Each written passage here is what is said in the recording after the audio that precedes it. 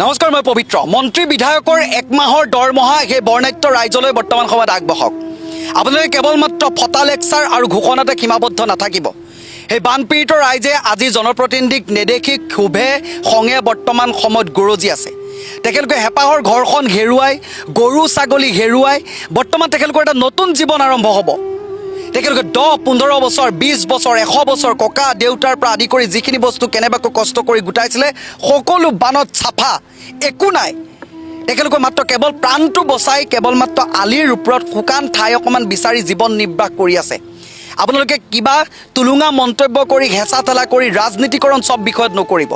এতিয়া বৰ্তমান সময়খিনি দেখিবলৈ পাইছে কোনো ধৰণৰ হিন্দু মুছলমান সকলো পাহৰি প্ৰকৃততে যে আমি মানুহ হ'ব লাগে, মানৱতাৰ পৰিচয় অসমবাসীয়ে দিছে, মানৱতাৰ পৰিচয় অসমবাসীয়ে দিছে। ইয়াৰ লগতে আমাৰ অসমীয়া যে ঐক্যবদ্ধ একত্ৰিত হৈ থাকে, অতিথিপৰায়ণ তাৰ প্ৰমাণ দিছে। উজনি অসমত বানপানী হৈছে, ক'ৰ পৰা মানুহ আহিছে ক'বলৈ নাই। আজি কিন্তু বহুখিনি সময়ত যিসকল ব্যক্তিয়ে গৈ দুবৰিবন মাৰিছিলে নিৰ্বাচনৰ সময়ত, ইলেকশ্যনৰ ভোট বিচাৰি ভোট ভিক্ষা কৰি কৰি যিসকল ৰাইজৰ চৰণত পৰি আছিলে সেইসকলক কিন্তু আজিৰ দিনটোত আমি ভালদৰে দেখিবলৈ পোৱা নাই। চৰকাৰীভাৱে দায়িত্ব পালন কৰি তেখেতলোকে গৈ NDRF SDRF কিবা কাম কৰিছে, তাত গৈ তেখেতলোকে কেৱল উদ্ধাৰ কাৰ্য এটা কৰি দিলেই সেইসকল চৰকাৰী বিষয়াৰ দায়িত্ব শেষ হৈ নাযায়, সেইসকল মন্ত্ৰী বিধায়কৰ দায়িত্ব শেষ হৈ নাযায়। আজি শিৱসাগৰ সমষ্টিৰ বিধায়কক তাত ৰাইজে পাইছে, আজি সাহায্যৰ কথা কৈছে। আজি আপোনালোকে এটা বস্তু লক্ষ্য কৰক, CM ৰিলিফ ফাণ্ডত যিবোৰ ব্যৱস্থাৰ কথা কৈছে, পইচা পাতিৰ কথা কৈছে, পইচা দিবলৈ তেখেতলোকে আহ্বান জনাইছে। CM ৰিলিফ ফাণ্ডত যে ক'ভিড কালত যে ইমান কোটি কোটি টকা যে মানুহে প্ৰদান কৰিছিলে, ৰতন টাটাৰ ফালৰ পৰা ইমান কোটি কোটি টকা প্ৰদান কৰিলে, কিমান ৰাইজে সহায়ৰ হাত আগবঢ়ালে সেই তথ্য আমাক দিলেনে? বৰ্তমান বানপীড়িত ৰাইজক যদি আপোনালোকক বিনম্ৰতাৰে আহ্বান জনাইছোঁ, বানপীড়িত ৰাইজক আপোনালোকে সহায় কৰক, ইণ্ডিভিজুৱেলি যাওক, NGOৰ আণ্ডাৰত যাওক, কোনোবা বিশ্বাসী মানুহৰ হাতত আপোনালোকে পইচা পাতি অৰ্পণ কৰি আপোনালোকে তাত দিয়াৰ ব্যৱস্থা কৰক। কোনো ৰাজনৈতিক নেতাক আপোনালোকে বিশ্বাস নকৰিব। ৰাজনৈতিক নেতাৰ ইমান টকা পইচা নাইকিয়া নহয়। আজি কেইজন ৰাজনৈতিক নেতাই কেইটকা পইচা ঘোষণা কৰিলে? দুখীয়া মানুহৰ লগত সদায় দুখীয়াৰ লগতহে দুখীয়াৰ বন্ধু থাকে, সেইবোৰ ধনীৰ লগত ধনী ষ্টেটাছ মিলাই মিলাই তেখেতলোক থাকে। আমাৰ দুখীয়াৰ বাবে তেখেতলোকৰ ওচৰত টকা নাথাকে, কিন্তু তেখেতলোকৰ ধনী মানুহৰ বাবে বা কিবা এটাৰ বাবে তেখেতলোকৰ টকা পইচা ওলাব। বৰ্তমান সময়ত আমি দেখিলোঁ যিসকলক ৰজা বনালোঁ তেখেতলোকে আজি ন্যূনতম এটা মাননীয় আগ নবঢ়ালে। তেনেকুৱা ধৰণৰ আমি জনপ্ৰতিনিধি নিৰ্বাচন কৰি থৈছোঁ। আমি আশা কৰিছোঁ আপোনালোকে যি এটা দৰমহা আপোনালোকে নিজৰ ব্যক্তিগত যি মন্ত্ৰী বিধায়ক আছে প্ৰকৃতৰ সকলোৰে এটা এটা দৰমহা উজনিবাসীৰ বাবে আপোনালোকে ত্যাগ কৰক। তেখেতলোকে আপোনালোকৰ এমাহৰ দৰমহাটোতো কোনো কামেই নহ'ব। তেখেতলোক আকৌ ভালদৰে ঠন ধৰিবলৈ বছৰ বছৰ লাগিব, 10 বছৰ, 15 বছৰ, 20 বছৰ তেখেতলোকে আকৌ নতুনকৈ সংস্থাপনৰ বাবে লাগিব। গতিকে আপোনালোকে কেৱল মাত্ৰ কথাৰে কিবা কিবি কথা কৈ সকলো ক্ষেত্ৰতে ৰাজনীতিকৰণ কৰি কৰি আপোনালোকে কথাবোৰ নক'ব। প্ৰকৃতপক্ষে সেইসকল মানুহ যাতে পুনৰ ঠন ধৰি উঠিব পাৰে তাৰ বাবে আপোনালোকে কাম কৰিব লাগিব। আপোনালোকে সদনৰ মজিয়াত গৈ এতিয়া আল্টু ফাল্টু কথা নাপাতিব। 2 মিনিট সময় বিশ্বজিৎ আমি অনুৰোধ জনাব বিচাৰিছোঁ, তেখেতক দ্বিতীয়বাৰৰ বাবে অনুৰোধ জনাইছোঁ। অধ্যক্ষ ডাঙৰীয়া ৰঞ্জিত কুমাৰ দাস ডাঙৰীয়া আপোনাক অনুৰোধ কৰিছোঁ, 2 মিনিট সময় আপোনালোকে ফাল্টু কথা পাতি সদনৰ ভিতৰত বহুতখিনি আপোনালোকে সময় নষ্ট কৰে, কিন্তু অখিল গগৈ ডাঙৰীয়াক আপুনি 2 মিনিট সময়টো দিব নোৱাৰে। অসমবাসী বৰ্ণাঢ্য ৰাজ্যৰ কথাটো, উজনি অসমৰ সেই বৰ্ণাঢ্যৰ দুৰ্ভিক্ষময় কথাটো ক'বৰ বাবে আপোনালোকে দিব নোৱাৰিলে। এইবাবে আমি বৰ্তমান স্বৰ্গহস্ত হৈছোঁ, বানাকান্ত ৰায় স্বৰ্গহস্ত হৈছে, উজনিবাসী স্বৰ্গহস্ত হৈছে সেই ৰূপটো দেখি। কিন্তু আপোনাৰ দায়িত্বটো এইখিনিলৈকে থাকিলে যে অখিল গগৈ টেবুলৰ ওপৰত উঠি প্ৰটেষ্ট কৰিলে, তাৰ বাবে আপোনালোক থাকিলে। আমি এটা কথা বিনম্ৰতাৰে আহ্বান জনাইছোঁ, আপোনালোক ৰজাঘৰীয়া হয়, ৰজাঘৰীয়া এইটো এটা দায়িত্ব থাকে। ডিজাষ্টাৰ মেনেজমেণ্ট এক্টত যিখিনি টকা পইচা দিব লাগে সেইখিনি এটা ক্ষতিপূৰণ তেখেতলোকক দিয়াৰ ব্যৱস্থা কৰক। আপোনালোকৰ ভুলৰ বাবেও যে এইবোৰ হৈছে তাৰ এটা আপোনালোকে ব্যৱস্থা কৰক। পশুধনৰ যি নষ্ট হৈছে, কৃষি পথাৰৰ যি নষ্ট হৈছে তাৰ বাবে আপোনালোকে দিয়া ব্যৱস্থা কৰক। আমি উজনি অসমত গৈ সেই ৰাইজৰ কি লোকচান হৈছে, কি নাই হোৱা, কি আছে কি নাই কোনোবাই নেদেখুৱাব পাৰে। আপোনালোকে পবিত্ৰ মেচ অসমত প্ৰতিটো বস্তু পুংখানুপুংখভাৱে চাবলৈ পাব বুলি আজি এইখিনি সময়ত প্ৰতিশ্ৰুতি দি থলোঁ। কম সময়ৰ ভিতৰতে উজনিলৈ ৰাওনা হৈ আছোঁ। চাই থাকিব পবিত্ৰ মেচ অসম এণ্টাৰটেইনমেণ্ট। সকলে এইবাৰ অখিল গগৈ ডাঙৰীয়াই যথেষ্ট টকা পইচা খৰচ কৰিছে। আপোনালোকে কৈছে, মই কোৱা নাই। খবৰ ল'ব কাৰ পৰা ল'লে, ক'ৰ পৰা ল'লে, কাক ব্লেকমেইল কৰি ল'লে, কাক মিছা কথা কৈ কৰি ল'লে, কিবা এটাতো নিশ্চয়কৈ কৰিছে, কিবা এটা নিশ্চয়কৈ কৰিছে। সদায় হাইৱে চেণ্ডেল পিন্ধি থকা মানুহজনে ইমান টকা ক'ত পালে সেই কথাষাৰ পীযুষ হাজৰিকা ডাঙৰীয়া, আপুনি অখিল গগৈ ডাঙৰীয়াৰ পৰা এই ভাল কামৰ দেখি হজম কৰিব পৰা নাই নে সহ্য কৰিব পৰা নাই? এটা কথা ঠিক, তেখেতে চৰকাৰী পইচাৰে দামী দামী জোতা চেণ্ডেল নিপিন্ধিব পাৰে, কিন্তু তেখেতে এজন সাধাৰণ হাৱাই চেণ্ডেল পিন্ধি এজন বিধায়ক হৈ সাধাৰণ মানুহৰ দৰে এই মহাপ্ৰলয়ৰ সময়ত যেনেকৈ সাধাৰণ জনতাৰ কাষত থিয় দিছে, তেখেতক শলাগ নলৈ নোৱাৰি। এটা কথা ঠিক, তেখেতে চৰকাৰী পইচাৰে বিদেশ ভ্ৰমণ কৰিবলৈ যোৱা নাই ঠিক, কিন্তু সেই পইচা তেখেতে আনি পেলাই এই মহাপ্ৰলয়ৰ সময়ত সাধাৰণ জনতাৰ ওচৰত বিলাই দিছে। আৰু আমি অসমবাসী ৰাইজে দেখা পাইছো, এতিয়াও কিন্তু এজন বিধায়ক হৈ তেওঁ এজন খুব সাধাৰণ মানুহৰ দৰে কিন্তু সেই বানপীড়িত লোকৰ কাষত থিয় দিছে। আপুনি কওকচোন বাৰু, কোনজন মন্ত্ৰীক আমি দেখা পাইছো, কোনজন বিধায়কক দেখা পাইছো অখিল গগৈ ডাঙৰীয়াৰ দৰে এনেকৈ বানপীড়িতৰ কাষত বোকা পানী গছকি পেলাই দিন ৰাত একাকাৰ কৰা ওলাই আহিছে? মন্ত্ৰী বিধায়ক মই ওলাই নাই অহা বুলি কোৱা নাই, আপোনালোক সকলো ওলাই আহিছে, কিন্তু অখিল গগৈ ডাঙৰীয়াৰ দৰে দিনে ৰাতিয়ে কোনজন বিধায়কক আমি দেখিবলৈ পাইছো এনেকৈ বোকা পানী গছকি পেলাই তেওঁলোকক সহায় কৰিবলৈ আগবাঢ়ি অহা? আৰু সেইজন আজি অখিল গগৈ, আজি কৰ্মৰাজিক দেখি আপোনাৰ জ্বলন হৈছে নে নাই আপুনি সহ্য কৰিব পৰা নাই? এজন বিধায়কে কি খাইছে কি পিন্ধিছে আমাৰ সেইবোৰ প্ৰয়োজন নাই, কিন্তু এনেকুৱা বিপদৰ সময়ত তেওঁ ৰাইজৰ কাষত দিনে ৰাতি থিয় হৈ এষাৰ মাত দিছে, সেইটোৱে কিন্তু বহুত ডাঙৰ কথা। সেই কথাষাৰ আপুনি মনত ৰাখিব। আপোনালোকে সহায় কৰে নকৰে সেইটো আপোনালোকৰ কথা, কিন্তু অখিল গগৈ ডাঙৰীয়াই নিজৰ সমষ্টিত কিন্তু বহুখিনি ভাল কাম কৰিছে। অখিল গগৈ ডাঙৰীয়াক লৈ এনেকুৱা ধৰণৰ মন্তব্য কৰি বা জ্বলন হৈ আপোনালোকৰ লাভ নাই, কাৰণ ৰাইজে এতিয়া ভালকৈ বুজি উঠিছে যে অখিল গগৈ ডাঙৰীয়া সাধাৰণ ৰাইজৰ কাৰণে কেনেকুৱা এজন বিধায়ক। ৰাইজে ভালকৈ বুজি উঠিছে, তেখেতে বহুত বেছি ভাল কাম কৰিছে। এটা কথা নহয়, অখিল গগৈ ডাঙৰীয়া বা হাৱাই চেণ্ডেলযোৰ পিন্ধি পেলাই ৰাইজক সহায় কৰিছে, আপুনি দামী দামী জোতা চেণ্ডেল পিন্ধি পেলাই বাৰু ৰাইজক সহায় কৰকচোন, পাৰিবনে? জোতা মোজা পিন্ধি বা লাখ টকীয়া কাপোৰ কুৰ্তা পিন্ধি পেলাই আপোনালোকে ৰাইজক সহায় কৰিবলৈ ওলাই আহক। অখিল গগৈ ডাঙৰীয়া যদি হাৱাই চেণ্ডেল পিন্ধি পেলাই সহায় কৰাৰ কাৰণে আপোনালোকে বেয়া দেখিছে বা আপোনালোকে বেয়া বুলি ভাবিছে, তেতিয়াহ'লে আপোনালোক দামী দামী জোতা চেণ্ডেল পিন্ধি পেলাই দামী দামী কুৰ্তা পাইজামা পিন্ধি পেলাই ওলাই আহক, এনেকৈ বোকা পানী গছকি পেলাই দিন ৰাত একাকাৰ কৰি পেলাই সাধাৰণ জনতাক সহায় কৰকহি। আপুনি এটা কথা কৈছে যে অখিল গগৈ ডাঙৰীয়া ক'ৰ পৰা পালে পইচা, কাক ব্লেকমেইল কৰি ললে? আৰে এইটো আপুনি পাহৰি গৈছে নি? এতিয়া ছচিয়েল মিডিয়াৰ যুগ, যদি তেখেতে কাৰোবাৰ পৰা ব্লেকমেইল কৰি পেলাই পইচা ললেহেঁতেন অতদিন নাথাকে কেতিয়াবাই ওলাই গলহেঁতেন যে অখিল গগৈ ডাঙৰীয়া আমুকক ব্লেকমেইল কৰিলে, কিন্তু সেইবোৰ তেওঁ নাই কৰা। সেইবোৰ কৰা হলে কেতিয়াবাই ওলাই গলহেঁতেন অখিল গগৈ ডাঙৰীয়া কাৰোবাক দম দিছে, কাৰোবাক ব্লেকমেইল কৰি পেলাই পইচা আনিছে, আৰু সেই পইচা আনি পেলাই বানপীড়িত লোকক সহায় কৰি পেলাই তেওঁ বাহ ল'ব খুজিছে, সেইটো বুলি কেতিয়াবাই ওলাই গুচি গলহেঁতেন, কিন্তু তেখেতে সেইটো কাম কৰা নাই। তেখেত এজন মানৱ দৰদী বুলি আজি সমাজত পৰিচিত হৈছে। আজি যিসকল লোকে অখিল গগৈ ডাঙৰীয়া কিবা কাৰণত যদি বেয়াও পাই আছিলে, আজি তেওঁ সেই সুন্দৰ সুন্দৰ কামৰ কাৰণে আজি অখিল গগৈ ডাঙৰীয়াক ভাল পাবলৈ লৈছে সাধাৰণ জনতাই। গতিকে আপোনাকো কৈছো, এনেকুৱা ধৰণৰ মন্তব্য কৰাতকৈ ৰাজপথলৈ ওলাই আহক, এনেকৈ বোকা পানী গছকি পেলাই ৰাইজক সহায় কৰক, বানপীড়িতক সহায় কৰক। এতিয়া মহাপ্ৰলয় সময়, কাৰোবাৰ দুখ খুচৰি থকা সময় নহয়। কোনোবাই যদি ভাল কাম কৰিছে, সেই ভাল কাম কৰাজনক আপুনি উৎসাহ দিয়ক। এনেকুৱা ধৰণৰ খুচৰি নুফুৰিব, দুখ খুচৰি নুফুৰিব, কাৰণ আপোনালোকৰ লেখীয়া মানুহে দুখ খুচৰি ফুৰিলে শোভা নাপায় বা ভালো নালাগে। আমি এই সময়ত বহুত ডাঙৰ এটা বিপদৰ লগত প্ৰত্যেকেই যুঁজ দি আছো। লাগিলে আমি পানীত উপঙিয়ে আছো বা মাটিতে আছো, যোনেই যেনেকৈ হওক, বৰ ডাঙৰ এই বিপদ, বৰ ডাঙৰ। এই বিপদৰ সময়ত আমি প্ৰত্যেকেই ধৈৰ্য ধৰিব লাগিব।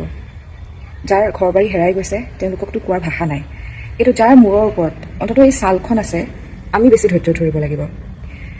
কথাটো এনেকুৱা যে মই দেখিছোঁ মোৰ বহু বন্ধু, বহু লোক বৰ্তমান সহায় কৰিবলৈ আগবাঢ়ি গৈছে। খুব ভাল কথা। আমি প্ৰত্যেকেই নিজৰ ফালৰ পৰা যি হয়, যাক যেনেকৈ পাৰোঁ আমি তেনেধৰণে নিজে কৰিব পৰা বস্তুখিনি আমি কৰিছোঁ। আৰু তাৰ মাজতে কিছু যি ঘটনা আমি শুনিবলৈ পাওঁ শুনিবলৈ পাইছোঁ, দেখিছোঁ, হয়তো কথাখিনি মিছাও নহয়, কিন্তু 100% সঁচাও নহয়। মানে তাৰ মানে বস্তুটো কেনেকুৱা, আমি বহু বস্তু বৰ্তমান সহমৰ্মিতাৰেও চাব লাগিব, আৰু বহু কথা আমি নিজেও ধৈৰ্য ধৰিব পাৰিব লাগিব। তালৈ যোৱাটোৱে কিন্তু মূল কথা নহয়, আপোনাৰ সহায়টো তাত পোৱাটো, যিসকল প্ৰয়োজন আছে যাৰ তেওঁলোকে আপোনাক প্ৰভাইড কৰা যিখিনি বস্তু সেইখিনি পোৱাটোহে কিন্তু মূল কথা। গতিকে মই এইটো অনুৰোধ কৰিম যে কম পৰিমাণৰ বস্তু লৈ যাতে আপোনালোকে নিজেই যোৱাতকৈ যিসকলে ডাঙৰকৈ মানে কালেকশ্যন কৰি আছে, বুজি পাইছেনে, তেনেধৰণৰ বিশ্বাসী মানুহৰ হাতত আপোনাৰ দ্বাৰা যি হৈছে, যিমান গোট খাইছে, কম হওক বেছি হওক, তেনেদৰে সন্মিলিতভাৱে আপোনালোকে প্ৰভাইড কৰাৰ ব্যৱস্থা কৰক। তেতিয়া এই অনাকাংক্ষিত বস্তুবোৰ নহয়। তাৰমানে কথাটো কেনেকুৱা জানে, ধৰি লওক মই ভাবিছোঁ যেনিবা মই 50 কাৰ্টন পানী দিম, ঠিক আছে। এতিয়া মই যেতিয়া বিলাবলৈ যাম মোৰ ওচৰলৈ যেতিয়া 10জন মানুহ আগবাঢ়ি আহিব, মোৰ তাত বটল শেষ হৈ গ'লেও কিন্তু মানুহ শেষ নহয়, বুজি পাইছে। মই যেনিবা লৈ গৈছোঁ 50 কেজি চাউল, 1 কেজিকে হ'লেও মই মাত্ৰ 50জন মানুহকহে বিলাবলৈ পাৰিম, কিন্তু তাত 50জন মানুহ নাই, তাত 5000 মানুহ ওলাব। গতিকে যেতিয়া তেওঁলোকৰ ভাগত কিবা এটা বস্তু নপৰিব বা তেওঁলোক মানে বৰ্তমান তেওঁলোকৰ যোনটো মানসিক স্থিতি, আমি সেই স্থিতিটো বুজিবই লাগিব। তেওঁলোক কেনেকুৱা মানুহ আছিলে জানেনে, যে যি মানুহে মানে ঘৰলৈ মানুহ গ'লে মানুহক দম দি ভাত খুৱায়, আৰু মই সেইটো বহুত ভালকৈ জানো। দাবী ধমকি দি ভাত খুৱাব, ভাতকেইটা নাখালে বেয়া পায় সেইবোৰ মানুহে। আপুনি যদি কাৰোবাৰ ঘৰলৈ এখন টেকৰ কাৰণেও গৈছে, সেয়া মানে চাহ খুৱাই আলহী বিদায় দিয়া মানুহ নাছিল সেই মানুহখিনিয়ে ডকা হকা দি মানে একদম ইম'চনেল কৰি হ'লেও আপোনাক এসাঁজ ভাত খুৱাইহে পঠিয়াব। এতিয়াও সেইকাৰণে এই বিলাবলৈ যোৱা মানুহখিনিক নিজৰে নাই, তথাপিতো সেই যি সাহায্যত পাইছে তাৰে কোনোবাই কাৰোবাক নেমু পানী বনাই খুৱাইছে, তাৰ পৰাই কোনোবাই কাৰোবাক অকণমান নিজৰে নাই, তথাপিতো এতিয়াও যাচিব পৰা মন এটা সেই মানুহখিনিৰ আছে। সেইকাৰণে তেওঁলোকক খং উঠিছে আচলতে। আৰু সেয়াও তাকো মানে এপাচি শাকত এটা জালুকৰ নিচিনা। সামাজিক মাধ্যমত আমি যেতিয়া এনেকুৱা বস্তুবোৰ দিওঁ, এটা সম্পূৰ্ণ বিপৰীত আৰু এখন বেয়া ছবি প্ৰতিফলিত হয়। সেই মানুহখিনিৰ ঠাইত থাকি আপুনি ভাবকচোন, আজি হয়তো মোৰ ওপৰত যদি ছালখন নাথাকে মই পাগল হৈ যাম। কাৰোবাৰ বয়স 60, কাৰোবাৰ বয়স 70, কাৰোবাৰ 45 বছৰ বয়স, গোটেই জীৱন কষ্ট কৰি কৰি মানুহে এখন ঘৰ সাজে, নিজৰ ল'ৰা ছোৱালীক পঢ়াই লিখাই কিবা এটা সপোন দেখুৱাই, কিবা এটা বাট যোগাৰ কৰে নিজৰ কাৰণে। তাৰ পাছত এটা ৰাতি এনেকুৱা মহাপ্ৰলয় আহে য'ত চব উটি যায়, উটিটো যায়। আজি সেই 60 বছৰ বয়সত থকা মানুহজনে কেনেকৈ থিয় হ'ব, হাতত আৰু কেইটা বছৰ আছে তাৰ ঠিক নাই। জীৱনৰ আধা বয়স পাৰ কৰা 55 বছৰ মানুহ এজনে কেনেদৰে নিজৰ পঢ়ি থকা ল'ৰা ছোৱালী আছে, তেওঁ কেনেকৈ আকৌ ঘৰখন থিয় কৰাব? এইবিলাক বহুত কথা, মনস্তত্বক আমি বুজিব পাৰিব লাগিব। আৰু সেইকাৰণে মই নিজে যাব পৰা নাই, কিন্তু মই মোৰ পাৰ্টটো কৰিছোঁ। বিভিন্নজন তাত সহায় কৰা গোটসমূহৰ জৰিয়তে মই মোৰ ফালৰ পৰা যি হয় মই কৰিছোঁ। তেনেদৰে আমি যিহেতু ব্যক্তিগত প্ৰচেষ্টাত সকলোৱে কৰিব নোৱাৰোঁ নহয়, আমি মানুহক বিশ্বাস কৰিব লাগিব। যিসকলে তাত কৰি আছে তেনেধৰণৰ বহুত মানুহ আছে, কিন্তু তাৰ মাজতে যদি মই কওঁ, শিখা বৰুৱাক আপোনালোকে কণ্টেক্ট কৰিব পাৰে। যোৰহাটৰ প্ৰণৱ মিলন গগৈহঁতে বহুত ভাল কাম কৰি আছে, মানে বহুত ভিতৰলৈকে একদম যাব নোৱাৰা মানুহলৈকে তেওঁলোকে যাবলৈ চেষ্টা কৰিছে। তেনেধৰণৰ মানুহখিনি মই এতিয়া ঠাউকতে দুজনৰে নাম, সময় গগৈক আপোনালোকে সহযোগ কৰিব পাৰে, শিখা বৰুৱাক সহযোগ কৰিব পাৰে, প্ৰণৱ মিলন গগৈক সহযোগ কৰিব পাৰে। এই যিখিনি মানুহে এনেদৰে কৰি আছে, তেওঁলোকক বহুত মানুহে ভৰসা কৰিছে, তেওঁলোকৰ লগত আপোনালোকে লাগিলে সন্মিলিতভাৱে কৰক। কিন্তু মই এতিয়া 50 কেজি চাউল দিলোঁ বুলি, কথাৰ উদাহৰণটোহে দিছোঁ, 50 কেজি দিছোঁ বুলি বা মানে এবেগ যাৰ আমি অভিয়াছলি আমি যাৰ যিমান সামৰ্থ্য তেনেকৈয়ে কৰিম, কিন্তু ষ্টিল দুটুকুলা কাপোৰকে দিবলৈ মই শিৱসাগৰ যাব নালাগে। তাৰমানে মই সেইটো বুজাব বিচাৰিছোঁ। আপুনি যদি 1 কুইণ্টেল চাউল দিয়ে, সেই 1 কুইণ্টেলটোকে লৈ পেলাই আপুনি নাযাব। আপুনি এনেকুৱা মানুহ বিচাৰক যিয়ে হয়তো 5 কুইণ্টেল লৈ গৈ আছে, তেওঁলোকৰ লগত আপোনালোকৰ সেই নিজৰ যিটো কণ্ট্ৰিবিউশ্যন সেইটো তেওঁলোকৰ লগত আপোনালোক জড়িত হওক, তেতিয়া এই ধৰণৰ ঘটনাবোৰ নঘটে। কথাটো সেইটোৱে। আৰু মই বহুত বহুত ধন্যবাদ জনাইছোঁ যিসকল লোকে আগভাগ লৈ এই কামবোৰ কৰি চলাই লৈ গৈ আছে। মানে বুজাবলৈ ভাষা নাই, ক'বলৈ ভাষা নাই। ফেচবুকটো খুলিলে মানে এসোটা কান্দো। আৰু স্পেচিয়েলি মোৰ বেয়া লাগিছে ল'ৰা ছোৱালীবিলাকৰ কাৰণে, সিহঁতে এইবিলাক বুজি নাপায়। সৰুৰ পৰা মাক দেউতাকে নাজানো, পথাৰ ঘৰ চাগে পথাৰ ঘৰ লগত জড়িত মানুহখিনিয়ে জানিব, কিন্তু এই যে 8 বছৰীয়া ল'ৰা ছোৱালীবিলাক, 5 বছৰীয়া ল'ৰা ছোৱালী, শিশুবিলাক, তাহাঁতক যোনটো ভয় এই সৰু কালতে খাইছে, এই ট্ৰমাটোৰ পৰা ওলাবলৈ তাহাঁতক কেনেকুৱা লাগিব মই নাজানো। আৰু যোনবোৰ ভিডিঅ'জ পাইছোঁ তাৰে ভিতৰত 2টামান ভিডিঅ' দেখি পেলাই মানে চকু পানী ৰখাব পৰা নাই। আজি ৰাতিপুৱাই দেখিছোঁ, ৰাতিপুৱাই এসোটা কান্দি লৈছোঁ। আৰু আমাৰ নিচিনা মানুহবোৰে মানে আচলতে কান্দিলেহে সুখ পাওঁ। ইমান মানে এৰিয়াত কৈছে আমি দুখীয়া হৈ গ'লোঁ, বিস্কুট নাই খাবলৈ, চাহপাত নাই খাবলৈ, গোটেই জীৱনৰ কথা ভাবিব পৰাই নাই। কিন্তু এই যে বিস্কুট নাই কিয় হৈ গ'ল, সেইটোৱে ডাঙৰ দুখ হৈ গৈছে ল'ৰা ছোৱালীবিলাকৰ। কোনোবা এটা ল'ৰাই মাকৰ কাৰণে চাদৰ মেখেলা আনিবলৈ গৈছে, সি ঘৰৰ দায়িত্ব মানে ইমান অকণমান বয়সতে সি যে ভাবিব পাৰিছে যে মাকক পিন্ধিবলৈ এযোৰ কাপোৰ লাগে, সি নিজৰ কাৰণে যোৱা নাই, সি মাকৰ কাৰণে গৈছে। এই সৰু সৰু শিশুবোৰ যে এসপ্তাহত ইমান ডাঙৰ হৈ গ'ল, মানে আচলতে ডিজাৰ্ভ কৰা নাছিলে, কিন্তু এইখিনি কষ্ট কোনেও ডিজাৰ্ভ কৰা নাছিলে। বাকী ঠাইত কি হয়, বহুতে আকৌ বিভিন্ন ধৰণে কথাবিলাক কয় যে বাকী ঠাইত হ'লে দেখোন এনেকুৱা তেনেকুৱা। আৰে কথাটো এনেকুৱা হয় যে যি ঠাইত কেতিয়াও পানী নহয়, সেই মানুহখিনিয়ে চান্সেই নাপালে। বছৰি য'ত পানী হয় তাত মানুহে অকণমান হ'লেও ধাৰণা আছে যে এইখিনি ঠাইত আমি পানী হয়, ইয়াত আমি এনেকৈ থাকিব লাগিব, ইয়াত এনেকুৱাখিনি বস্তুৰ কাৰণে আমি সাজু হ'ব লাগিব। সেই মানুহখিনি নাজানিছিলোঁ, একেবাৰে নাজানিছিল সেই মানুহখিনি। সেইকাৰণেই খং উঠিছে, সেইকাৰণেই মানে প্ৰায় 2-এজন মানুহে নক'ব, কিবা এটা কৈছে আমি ধৈৰ্য ধৰিব লাগিব, বাকী মানুহে ধৈৰ্য ধৰিব লাগিব, উপায় নাই। আমি তেওঁলোকক দোষাৰোপ এই সময়ত অন্তত কৰিব নোৱাৰোঁ। বাকী সকলো ৰাইজে যিদৰে বৰ্তমান ৰুবুল মাউৎছাই কোৱাৰ দৰে আমি এতিয়া গুৰি পৰুৱাৰ দৰে হৈ উঠিছোঁ। এই আমি গুৰি পৰুৱাবিলাকে ইটোৱে সিটোক সহায় কৰি আগবঢ়াই নিব লাগিব দেই। জয় আই অসম। জ্যেষ্ঠসকলে এনেই কয়নে যি হয় ভালৰ বাবেই হয়, সঁচাকৈয়ে যি হ'ল চাগে সঁচায়ে ভালৰ বাবেই হ'ল। তাৰেই যেন এক জ্বলন্ত উদাহৰণ উজনিৰ বান পৰিস্থিতি। উজনিৰ এই বান পৰিস্থিতিয়ে আমাৰ মহাপুৰুষ গুৰু দুজনাই বান্ধি থৈ যোৱা বৰ অসমৰ ভেটিটো যেন আৰু বেছিকৈ বান্ধি থৈ গ'ল। আমাৰ শ্ৰদ্ধাৰ প্ৰাণৰ শিল্পী জুবিন দাই সপোন দেখা, জুবিন দাই ভবাৰ দৰে, জুবিন দাই বিচৰাৰ দৰে আমাৰ বৰ অসমখন যেন কোনো জাতিভেদ নোহোৱা কৰি থৈ গ'ল। সঁচাকৈ সকলো জাতি জনগোষ্ঠীৰ মানুহে ওলাই আহি যেনেকৈ উজনি অসমৰ সেই বানপীড়িত অৱস্থাত থকা ব্যক্তিসকলক সহায় সহযোগ কৰিছে, তাতেই যেন কোনোবাখিনিত হেৰাই গ'ল যে কোন হিন্দু কোন মুছলমান। তাতেই যেন কোনোবাখিনিত মানুহে প্ৰশ্ন কৰিবলৈ পাহৰি গ'ল যে এয়া মিয়া নে এয়া অসমীয়া, কোন হিন্দু কোন মুছলমান, সকলো যেন একাকাৰ। বানত সাহায্য দিবলৈ যোৱা কোনোবা ব্যক্তিয়ে সুধিছে যে কোন হিন্দু কোন মুছলমান, না বানাক্ৰান্ত অৱস্থাত থকা সাহায্য লোৱা সেই ব্যক্তিসকলে কাৰোবাক সুধিছে যে আপুনি হিন্দু নে আপুনি মুছলমান।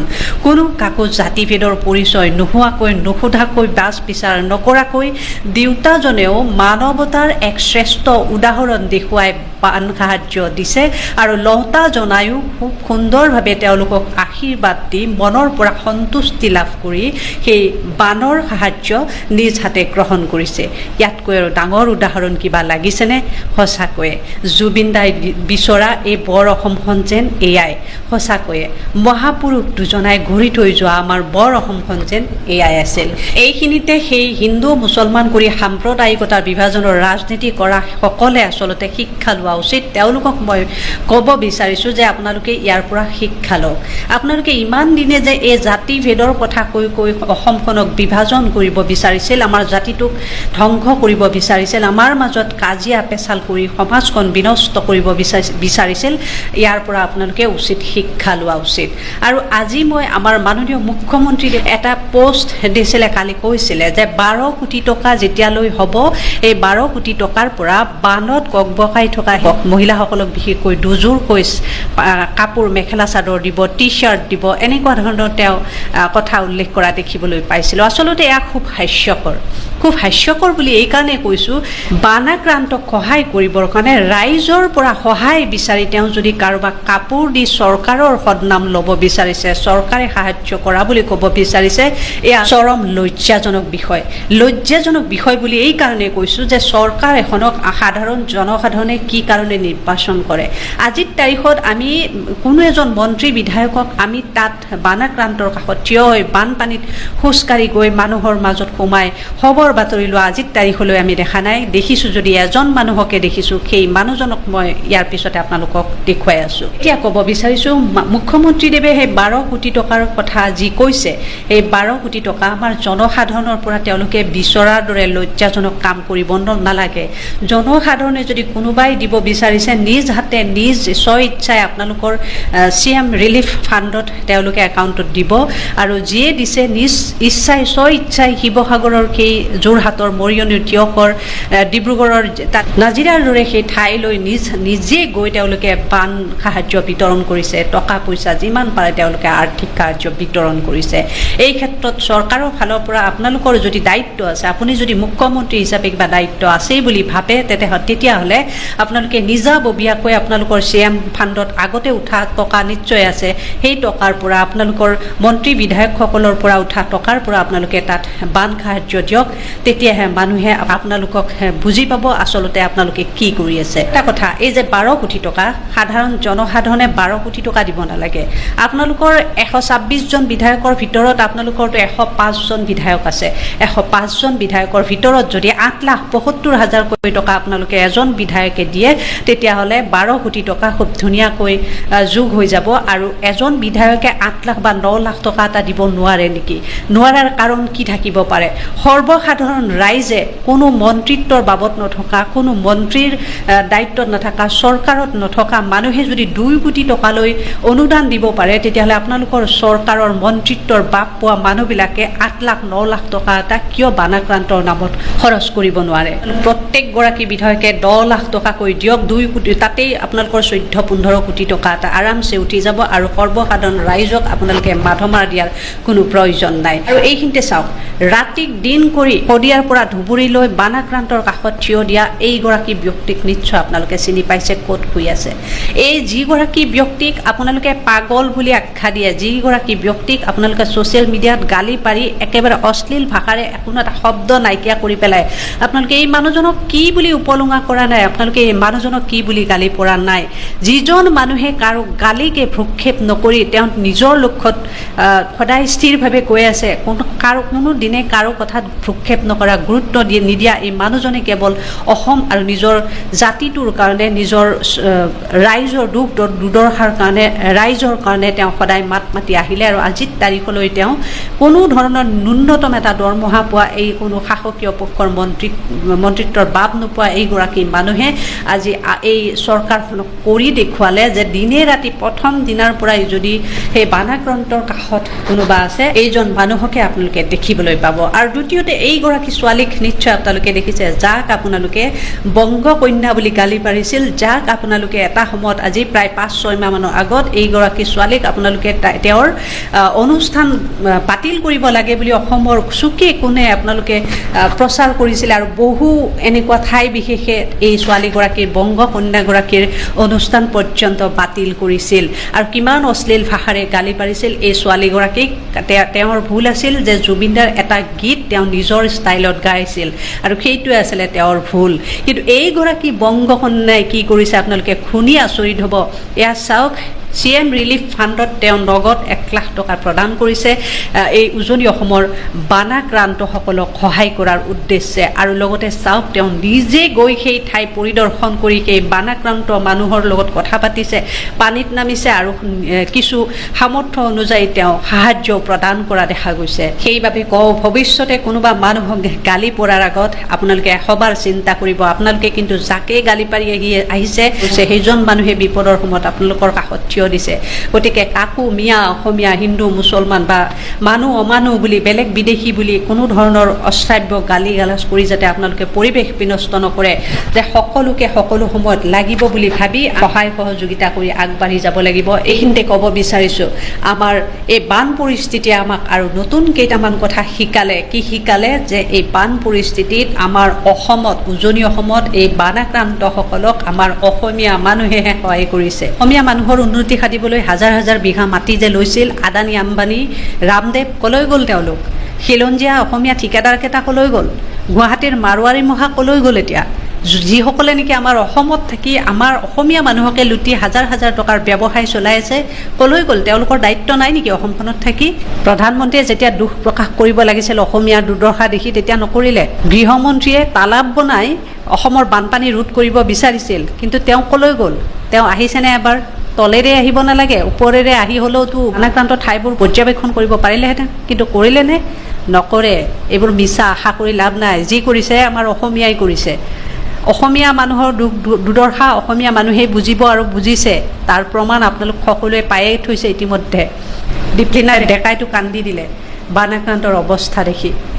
মই বহুতৰে নাম হয়তো ল'ব পৰা নাই, যিসকলে ইতিমধ্যে বহুতে আমাৰ পংকজ পাঠক নিজে দেখা পাইছে, হাজাৰজনে তেওঁক সহায় কৰিছে আৰু তেওঁ সেই সকলৰ সাহায্যসমূহ নিজে গৈ এটা টীম লৈ গৈ সেই বানাক্ৰান্ত মানুহক সহায় কৰিছে। হেজাৰ হেজাৰজন আছে, নাম ল'বলৈ অসম্ভৱ, কিন্তু সেই গোটেই মানুহবোৰ আমাৰ অসমীয়াই হয়। তাত এজনো বিহাৰী, বঙালী, বাহিৰা মানুহ এজনো নাই। আমাৰ অসমীয়া মানুহেই অসমীয়া মানুহক সহায় কৰি থকাৰ দৃশ্য দেখিছোঁ আমি। সঁচাকৈ আমাক যেন এই বানপানীয়ে বহু কথা শিকাই গ'ল, বহুত দৃশ্য আমাক দেখুৱাই থৈ গ'ল। আমি এতিয়া তাৰ পৰা নীতি শিক্ষা লোৱা উচিত। আমি তাৰ পৰা এতিয়া বহু কথা শিকাৰ সময় আহি পৰিছে, বহু কথা আমি মগজুত ভৰাই লোৱাৰ সময় আহিছে। আমি অযথা হৈ হুলস্থুল কৰি থাকিলে আমাৰ সমস্যাৰ সমাধান নহয়। আমাক কোনো বিদেশী বহিৰাগত মানুহে আহি আমাক সহায় নকৰে। আমাক এখন ঘৰৰ ভাইয়ে যেনেকৈ বেয়া হ'লেও, কাজিয়া লাগিলেও আমি সকলো এক, আমি তেনেকৈ প্ৰত্যেক অসমীয়াই অসমীয়াৰ সহায় হ'ব লাগে বুলি, সহায় হয় বুলি আমি এই বানপানীৰ পৰা আমি শিক্ষা লোৱা উচিত। শেষত এটা কথা কওঁ, এই মানুহকেইজনক নিশ্চয় দেখিছে ফটোত, নাম মই নলওঁ আৰু তেওঁলোকে কি কৰিছে সেয়াও মই আজি নকওঁ একো। মই নকলেও আপোনালোক সকলোৱে জানে তেওঁলোকে কি কৰিছে। অসমৰ ইতিহাসত কোনেও কৰিব নোৱাৰা কাম তেওঁলোকে কৰি দেখাইছে তাকো শেষত নহয় প্ৰথম সেই বানাক্ৰান্তৰ কাষত থিয় হৈ বানাক্ৰান্তৰ কামত আহিব পৰা কামটো কিন্তু এওঁলোক তিনিজনে কৰিছে বেলেগ বেলেগ পদ্ধতিৰে শাসনাধিষ্ঠ চৰকাৰখনৰ কেইজন মন্ত্ৰী বিধায়ক সেই বানাক্ৰান্তৰ কাষত থিয় হোৱা আপোনালোকে দেখিছে এগৰাকীটো বিদেশ ভ্ৰমণ কৰিবলৈ গৈছে বাজেট অধিৱেশনৰ কাৰণে তেওঁলোকে যোৱা নাই বুলি বহুতে কৈ আছে বহুত কমেণ্টত মই দেখিবলৈ পাইছোঁ বাজেট অধিৱেশনৰ কাৰণে যদি হিতেন গোস্বামী বুলি কোৱা তেখেত যদি বিদেশত ভ্ৰমণ কৰিব যাব পাৰে ছুটি লৈ তেন্তে ছুটি লৈ বাহিৰত ফুৰিব যোৱাটো ডাঙৰ নে বানাক্ৰান্তত ককবকাই থকা মানুহৰ দুৰ্দশাটো ডাঙৰ গতিকে অধিৱেশন ছুটি লৈ যদি বানাক্ৰান্তক সহায় কৰিব যাব নোৱাৰে তেন্তে ফুৰিবলৈ যাব কেনেকৈ পাৰে বিদেশ ভ্ৰমণ কেনেকৈ কৰিব পাৰে সঁচাকৈ খুব চিন্তাৰ বিষয় কথাবোৰ ভিডিঅ'টো যদি সঁচা অৰ্থত আপোনালোকে একমত ভিডিঅ'টো যিমান পাৰে শ্বেয়াৰ কৰিব যাতে ৰাইজে কথাবোৰ বুজি উঠে যাতে আমাৰ মাজত বিভাজনৰ ৰাজনীতি পুনৰ নহয় আমি শৃংখল চলিহা ডাঙৰীয়াকো এইখিনিতে ধন্যবাদ জ্ঞাপন কৰিব বিচাৰিছোঁ তেওঁ যাতে তেওঁৰ মত যাতে আৰু পুনৰ সলনি নহয় তেওঁক আমি আজি এটা ঐতিহাসিক মছজিদত আমি উপস্থিত হৈ তেওঁ কোৱা কথাখিনি আমি শুনিলোঁ তেওঁ আজমল ডাঙৰীয়াৰ কাষত থিয় হৈ মাদ্ৰাছাত সহায় কৰিব বুলি কোৱা শুনিলোঁ আজমল ডাঙৰীয়াই মন্দিৰত সহায় কৰিব বুলি কোৱা শুনিলোঁ ইয়াতকৈ আৰু আমাৰ বাবে ডাঙৰ বা আনন্দৰ বিষয় বিশেষ বেলেগ একো হ'ব নোৱাৰে আমি এনেকুৱা এখন অসমে বিচাৰিছিলোঁ এনেকুৱা শংকৰ এজনৰ দেশখনতে আমি জীয়াই থকাটো কামনা কৰিছিলোঁ যিখন দেশৰ কল্পনা আমাৰ প্ৰাণৰ শিল্পীগৰাকীয়ে কেতিয়াবাই কৰি থৈ গৈছে গতিকে আমি এতিয়া সেইখিনি কৰ্মত পৰিণত কৰাৰ সময় তেতিয়াহে আমি জুবিনদাৰ আদৰ্শ জীয়াই ৰাখিব পাৰিম ইংৰাজী এটা ৱৰ্ড আছে একাউণ্টেবিলিটি জবাবদেহিতা হিন্দীত অসমীয়াত উত্তৰদায়িত্বত অৰ্থাৎ দায়বদ্ধতা এই শব্দটোৰ অৰ্থৰ লগতে মই ধুনীয়া এটা কথা ক'ব বিচাৰিম মোৰ ভাল লাগিছে অসমৰ এই ভয়ানক বিপদৰ সময়ত যিসকলে ফেচবুকত কণ্টেণ্ট ক্ৰিয়েটৰ হিচাপে কাম কৰি আছে বা ইউটিউবত তেওঁলোকে কাম কৰি আছে সেই লোকসকলে কিন্তু এই শব্দটোৰ অৰ্থ খুব সুন্দৰভাৱে তেওঁলোকে বুজি পালে আৰু বুজি পাই ঠিক তেনেধৰণেৰে তেওঁলোকে কাম কৰিছে এই লোকসকলে ভালকৈ বুজি পাইছে যে আজি তেখেতসকল যি ঠাইত থিয় হৈ আছে সেই ঠাইত থিয় কৰোৱাইছে অসমৰ জনগণে আৰু সেই অসমৰ জনগণৰ বাবেই তেওঁলোকে ফেচবুকৰ পৰাই হওক বা ইউটিউবৰ পৰাই হওক দুটকা উপাৰ্জন কৰি পেলাই নি তেওঁলোকে এক সচ্ছল জীৱন যাপন কৰিবলৈ সক্ষম হৈছে সেই কথা তেওঁলোকে ভালকৈ গম পাইছে আৰু সেয়েহে তেওঁলোকে তেওঁলোকৰ দায়বদ্ধতাৰে জনসাধাৰণৰ এই বিপদৰ সময়ত সম্পূৰ্ণৰূপে কাষত থিয় দি ৰৈছে তেওঁলোকেও আজি 6 দিন 7 দিন এই বানপীড়িত লোকসকলৰ কাষত যেনেধৰণে থিয় দিছে আমি খুব ভাল পাইছোঁ আমি সুখ অনুভৱ কৰিছোঁ তেওঁলোকৰ ভৱিষ্যত উত্তৰণ আমি কামনা কৰিছোঁ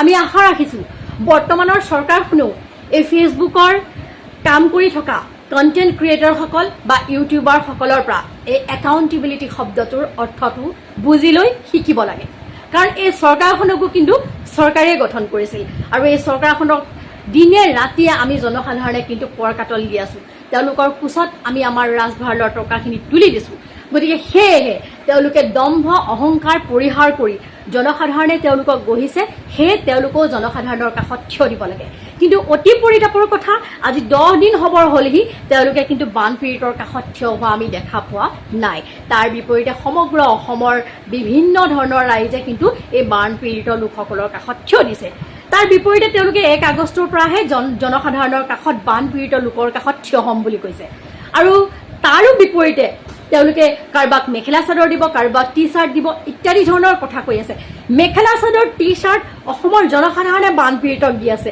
তেখেতলোকে বানপীড়িত লোকসকলক গাইগুটীয়াকৈ ঘৰে প্ৰতি যিমানকৈ পাৰে তেওঁলোকে 5 লাখ 10 লাখ যিমান হয় হেয়া দিবলৈ তেওঁলোকে চেষ্টা কৰক কাৰণ এই যি বান বিধ্বংসী বান আহিছে এয়া কিন্তু মই ভাবো যে নেচাৰেল নহয় প্ৰাকৃতিক দুৰ্যোগ নহয় ই চৰকাৰৰ দ্বাৰা সৃষ্ট মই ভাবো এক দুৰ্যোগ যদিও নদী বান্ধ ভাঙি এই বান হৈছে তেতিয়া তাৰো কিন্তু জবাবদেহিতা চৰকাৰে দিব লাগিব যদিও কয়লা খন্দাৰ ফলত বৃহৎ হ্ৰদৰ আকৃতিৰ বা পুখুৰী সদৃশ যিবোৰ মানে গাঁতৰ সৃষ্টি হৈ তাত যিবোৰ পানী জমা হৈ বিধ্বংসী ৰূপত তললৈ নামি আহিছে, সেয়াও কিন্তু এয়া চৰকাৰখনৰ আশীৰ্বাদপুষ্ট লোকসকলৰ দ্বাৰাই হৈছে।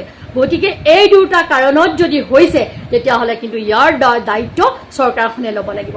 সেয়ে মই কৈছোঁ যে চৰকাৰে এই প্ৰশ্নবোৰৰ পৰা আঁতৰি যাব নোৱাৰে, আৰু তেওঁলোকৰ যি একাউণ্টেবিলিটি, জবাবদেহি, সেয়া কিন্তু তেওঁলোকে ভালদৰে পালন কৰাত ব্যৰ্থ হৈছে। তেওঁলোকে ইউটিউবাৰসকল আৰু এই ফেচবুকত কাম কৰা কণ্টেণ্ট ক্ৰিয়েটৰসকলৰ পৰা কিছু শিকিব লাগে বুলি মই ভাবোঁ। ৰাইজে নখ জোকাৰিলে নৈ বয়, এই কথাষাৰৰ জ্বলন্ত উদাহৰণ আমি দেখা পালোঁ বিগত দিনত। উজনি অসমত হোৱা প্ৰবল বানপানীৰ ফলত অসমৰ ৰাইজে যি ধৰণে সহায় হাত আগবঢ়াইছে, সঁচাকৈ অভূতপূৰ্ব। প্ৰত্যেকজন ব্যক্তি, প্ৰত্যেকটো অনুষ্ঠান, প্ৰত্যেকজন আৰ্টিষ্টে নিজৰ নিজৰ ফাউণ্ডেশ্যনৰ পৰা সহায় কৰিছে। কেৱল অসমেই নহয়, অসমৰ বাহিৰৰ পৰাও সহায় কৰিছে। চৰকাৰে কি কৰিছে নাজানো, কিন্তু অসমৰ মানুহে দেখুৱাই দিছে যে আমি এক। আমাৰ মৰমৰ জুবিন দাই এটা ফাউণ্ডেশ্যন ক্ৰিয়েট কৰি গৈছিল, কলাগুৰু আৰ্টিষ্ট ফাউণ্ডেশ্যন বুলি। সেই Kalaguru artist foundation, Guwahati cine musician association, Zubeen Garg fan club, এই সকলোৱে মিলি আমি সহায় কৰি আছোঁ। যিসকলে সহায় কৰিছে কৰিলেই, যিসকলে এতিয়ালৈকে কৰা নাই, আপোনালোকে এই QR কোডটোত সহায় হাত আগবঢ়াব পাৰে। যি যেনেকৈ পাৰে নিজৰ সামৰ্থ্য অনুযায়ী সহায় কৰক। ভূপেন হাজৰিকাদেৱে কোৱা মানুহে মানুহৰ বাবে, এই কথাষাৰৰ জ্বলন্ত উদাহৰণ আপোনালোকে দাঙি ধৰিলে। গতিকে মোৰ ফালৰ পৰা আপোনালোকক অনুৰোধ কৰিলোঁ, যিসকলে যি ধৰণে সহায় কৰিব বিচাৰে, যেনেকৈ পাৰে আপোনালোকে সহায় কৰক। এই QR কোডটোত কিছু বৰঙণি আগবঢ়াওক। জয় অসম, জয় জুবিন দা। মই হয় মিছা নহয় কথাটো যে মই প্ৰথমতে চকীত উঠিছিলোঁ, তাৰপাছত মই টেবুলত উঠিছিলোঁ, আৰু টেবুলত উঠাটো মোৰ ক্লাইমেক্স আছিলে, অৰ্থাৎ যেতিয়া মোক ক'লে যে নাই ক'ব নোৱাৰিবা আৰু কংগ্ৰেছৰ বিধায়কজন নুৰুল হুদাই যেতিয়া বেলেগ এটা বিষয়ে কথা কৈ দিলে আৰু যে কথা ক'ব নোৱাৰিবা আৰু, অথচ মই গুৱাহাটীৰ পৰা কি কয় শিৱসাগৰৰ পৰা টোপনি ক্ষতি কৰি গৈছিলোঁ অকল এটাই কথা ক'বলৈ যে আমি বিধানসভাত এটা প্ৰস্তাৱ ল'ব লাগে যে এই 3খন জিলাৰ বানপানী সমস্যাটো ৰাষ্ট্ৰীয় দুৰ্যোগ বুলি ঘোষণা কৰাব লাগে। কিন্তু মোক যেতিয়া ক'বলৈ নিদিয়াৰ কাৰণে মই প্ৰথমতে হাতযোৰ কৰিলোঁ, নমস্কাৰ কৰিলোঁ, সকলোকে সেৱা কৰিলোঁ। অধ্যক্ষ ডাঙৰীয়াক প্ৰথমতে নমস্কাৰ কৰিলোঁ, হাতযোৰ কৰি ক'লোঁ যে মোক দিয়ক, মই এফেক্টেড সমষ্টিৰ মানুহ হয়, নম্বৰ 1। তাৰপিছত মই সংসদীয় পৰিক্ৰমা মন্ত্ৰী পীযুষ হাজৰিকাক হাতযোৰ কৰিলোঁ, জীৱনত মই কেতিয়াও হাতযোৰ কৰা মানুহ নহয়। তাৰপিছত মই কংগ্ৰেছৰ বিধায়কবিলাকক হাতযোৰ কৰিলোঁ, বিজেপিৰ বিধায়কবিলাকক হাতযোৰ কৰিলোঁ যে মোক সুযোগ এটা দিয়ক। কোনো মোক সুযোগ নিদিলে। তেতিয়া মোৰ খং উঠি মই চকীৰ ওপৰত আৰু তাৰপিছত ডেস্কৰ ওপৰত উঠাটো হয়। যিবিলাকে মোক ইয়াৰ কাৰণে আজি অধ্যক্ষই মোক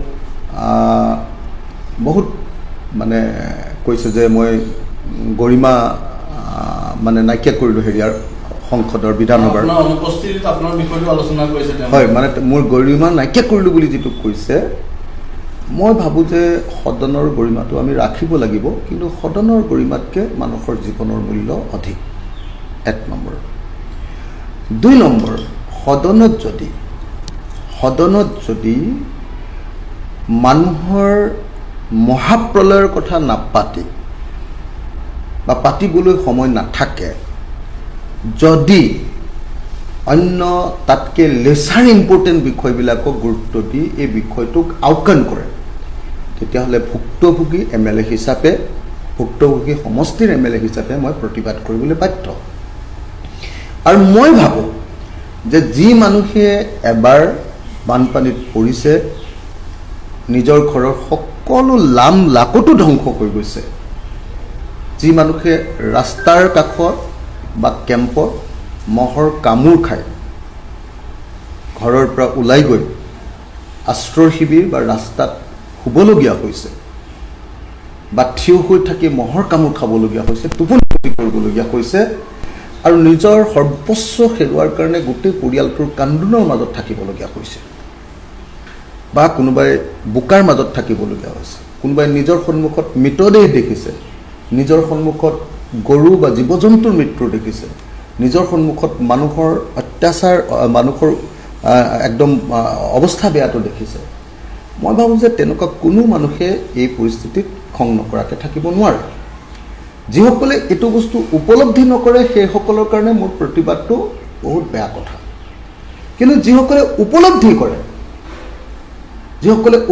কৰে তেওঁলোকে বুজি পাব যে মই প্ৰতিবাদ কৰাটো এটা স্বাভাৱিক ঘটনা আছে আপোনালোকে চাবচোন নিউজ লাইভ বা অন্য চেনেলবিলাকত যেতিয়া এই ভিডিঅ'টো ৰিলিজ কৰি দিছে তাৰ তলত অসমৰ মানুহে মোক গালি পৰা নাই কৈছে যে অখিল গগৈয়ে সঠিক কাম কৰিছে কৈছে যে ৰঞ্জিত দাস ডাঙৰীয়া আৰু বিধায়ক যিসকল পাৰ্টি সেই পাৰ্টিবিলাকে সেইটো ভুল কৰিছে গতিকে মই ভাবোঁ যে মোৰ ফাঁচি হ'লেও মোৰ উপায় নাই মই কৰিছোঁ হয় মইতো কৰিছোঁ মই টেবুলত উঠিছোঁ মই চকীত উঠিছোঁ মই প্ৰতিবাদ কৰিছোঁ আপোনালোকে মই ভাল পালোহেঁতেন যদি অধ্যক্ষ ডাঙৰীয়াই ভিডিঅ'টোৰ লগত দৃশ্যটোৰ লগত যদি তাত চাউণ্ডটো দি দিলেহেঁতেন শব্দখিনিও দি দিলেহেঁতেন তেতিয়াহ'লে মই কি প্ৰতিবাদ কৰিছোঁ গম পালেহেঁতেন তেখেতে মই কিবা কিবি কথা কোৱা বুলি যে কৈছে মই কি কথা কৈছিলোঁ জনাবৰ কাৰণে মই ভিডিঅ'টো আকৌ এবাৰ চাউণ্ডৰ সৈতে ৰাজহুৱা কৰিবলৈ অনুৰোধ জনাইছোঁ সেই সময়ত কি হৈ আছিলে